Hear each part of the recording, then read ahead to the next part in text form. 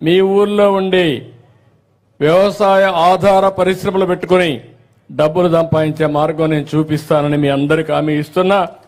ఇక్కడికి వచ్చినప్పుడు ఒక పక్క ఎంఎస్పి వాణిజ్య పంటలకు కూడా ఇవ్వాలనుకుంటున్నాను. రాయలసీమలో హార్టికల్చర్ పంటలు ఎక్కువ వస్తాయి, పండ్ల తోటలు, కూరగాయలు, పూలు ఎక్కువ వస్తాయి. ఓసారి రేటు పడిపోతే మీరు ఇబ్బంది పడుతున్నారు. ఇక్కడ కూడా ఎంఎస్పి అన్ని పంటలకు పెట్టి ఏ పంటకు కూడా రేటు పడిపోతే పూర్తిగా ఆదుకునేట్టుగా మీకు చేయూతనిచ్చే విధంగా ఒక కార్యక్రమం తీసుకొస్తాం. రెండవది, రాయలసీమను నీళ్లుంటే రతనాలు పండించే సీమ ఇది. నీళ్లు లేకపోతే మనం ఇబ్బంది పడుతున్నాం. ఈ రాయి చోటు అందుకు ఒక ఉదాహరణ. ఈ రాయి చోట్లగా నీళ్లుంటే ఇప్పుడు మన పిల్లలు మాట్లాడినట్టు వండర్స్ జరిగేటివి. కానీ కొన్ని సమస్యలు వచ్చాయి. హంద్రీ నీవా నేను గాని అధికారంలో ఉండుంటే 1920కి ఈరోజు ఈ కాలువ శ్రీనివాసపురం నుంచి అడవిపల్లికి వెళ్లి చిత్తూరు దగ్గరికి వెళ్ళుండేది. 5 ఏళ్లయింది, ఒక పైసా ఖర్చు పెట్టలేదు. ఖర్చు పెట్టకుండా ఈ ఎడారి ప్రాంతాన్ని ఎడారిగా మార్చేసే పరిస్థితికి వచ్చారు. ఈ సంవత్సరం నేను మొన్నే టెండర్లు కూడా పిలిచాం. ఆ నీళ్లన్నీ తీసుకొస్తున్నాం. ఏదైతే తంబళ్లపల్లి నుంచి నేరుగా ఒక కెనాల్ ఇక్కడ రావాలి, శ్రీనివాసపురం రావాలి. అవి చిన్న చిన్న గ్యాప్లు ఉన్నాయి. ఒకవేళ అవసరమైతే ఎన్విరాన్మెంట్ క్లియరెన్స్ రావాలి. అక్కడి నుంచి నేరుగా సంబేపల్లి మీదుగా నేరుగా ఇది మళ్ళీ అడవిపల్లికి వెళ్తుంది. అక్కడి నుంచి నేరుగా చిత్తూరుకి వెళ్తుంది. వీలైనంత తొందరలో టెండర్లు పిలిచి ఇది పూర్తి చేస్తాం. ఇది పూర్తి చేస్తే ఒక పక్క నీటి సమస్య మీకుండదు. నీళ్లుగానుంటే ఒక పక్క ఐటీ, ఒక పక్క హార్టికల్చర్. బంగారు పండిస్తారు. మీరు ఇక్కడ కూర్చొని ఏం కావాలన్నా చేసే పరిస్థితి వస్తుంది. మంచి పళ్ళ తోటలో కూర్చొని మంచి గాలి పీల్చుకుంటూ ఆరోగ్యంగా ఉంటూ ఐటీలో పనిచేసే పరిస్థితి వస్తుంది. అదే మరి అంద్రినీవాలో పీలేరులో 70,000 ఎకరాలు వస్తుంది, ఇక్కడ వస్తుంది. నేను ఇప్పుడు కొత్తగా ఒకటి ఆలోచించాను. మీరందరూ గుర్తుపెట్టుకోవాలి.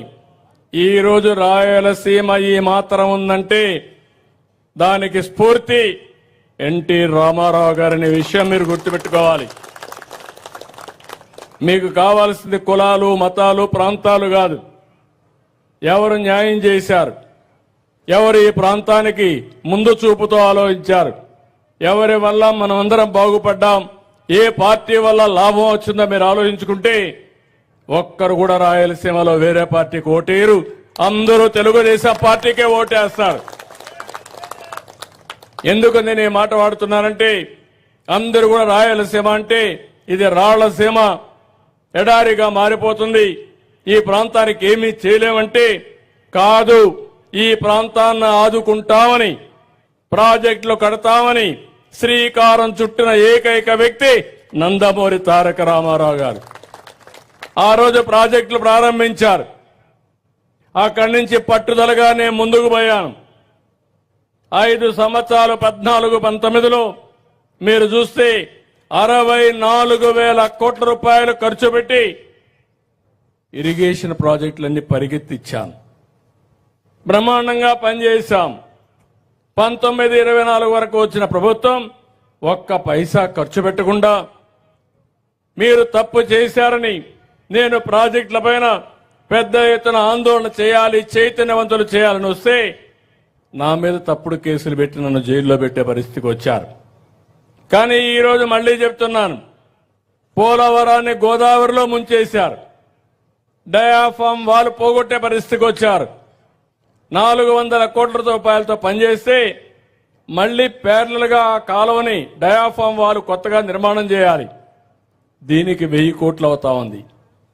400 కోట్లు పోయింది. ఇప్పుడు అదనంగా 1000 కోట్లు ఖర్చు పెట్టే పరిస్థితికి వచ్చారు. డిలే కూడా కాలయాపన 5-6 సంవత్సరాలు అయ్యే పరిస్థితి వచ్చింది.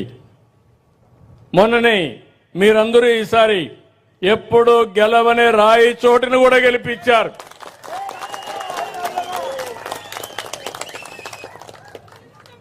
ఎప్పుడైతే మీరు ఆ విధంగా గెలిపించారో దానివల్ల ఢిల్లీలో కూడా మన గౌరవం పెరిగింది. కష్టాల్లో ఉండే రాష్ట్రానికి సంజీవునిగా పనిచేసింది.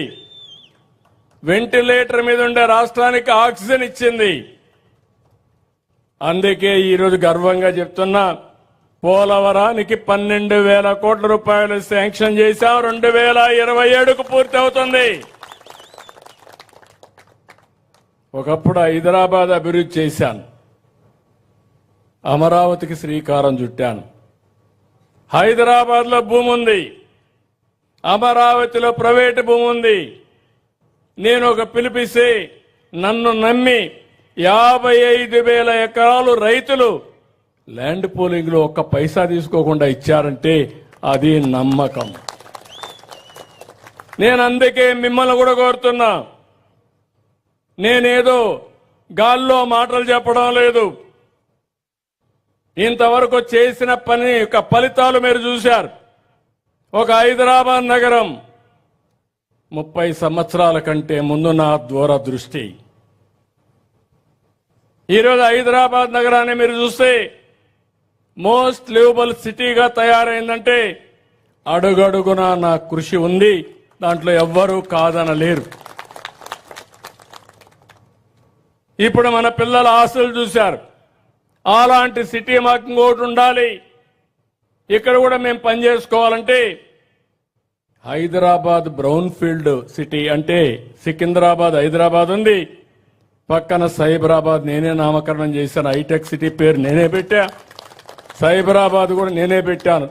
టెక్నాలజీ కోసం, ఐటీ కోసం సైబరాబాద్ పెట్టి అభివృద్ధి చేశాను. ఇప్పుడు అమరావతి పేరింటే మీరు దేవతల రాజధాని. ఈ విషయం మీరు గుర్తుపెట్టుకోవాలి. దేవేంద్రుడు పరిపాలించిన దేవతల రాజధాని పేరు అమరావతి అని చెప్పి కూడా నేను మీకు తెలియజేస్తున్నా. అంతమంది శాతవాహనులు కూడా పరిపాలించారు. తర్వాత చరిత్రలో ఇలాంటి రాజధానికి నేను శ్రీకారం చుడితే ఇక్కడ కులాలు లేవు, మతాలు లేవు, ప్రాంతాలు లేవు, అందరికీ ఉపయోగపడుతుంది. ప్రారంభిస్తే దాన్ని శ్మశానమని, ఎడారని, దాన్ని పూర్తిగా 3 రాజధానులని 3 ముక్కలాటాడి కడాన రాష్ట్రాన్ని భ్రష్టు పట్టించే పరిస్థితికి వచ్చేశారు. ఇప్పుడు మళ్లీ కేంద్రంలో మనం పనిచేశాం కాబట్టి దానికి కూడా ముందుకొచ్చారు. 15,000 కోట్ల రూపాయలు డబ్బులు శాంక్షన్ చేశారు, ఇప్పించారు. హడ్కో అవన్నీ కూడా ఇంకొక 15,000 కోట్లు వచ్చాయి. పనులన్నీ ప్రారంభమయ్యాయి. అది కూడా చెప్తున్నా, ఈరోజు మన పిల్లలు ఎట్లయితే తెలివితేటలతో పనిచేస్తున్నారో ఇంటి దగ్గర కూర్చొని 90 లక్షల రూపాయలు సంపాదించి అవసరమైతే వ్యవసాయం కూడా చేసి డబ్బులు సంపాదించే పరిస్థితికి వచ్చారు. అదే మాదిరిగా అమరావతిలో కూడా ఏదైతే భూములున్నాయో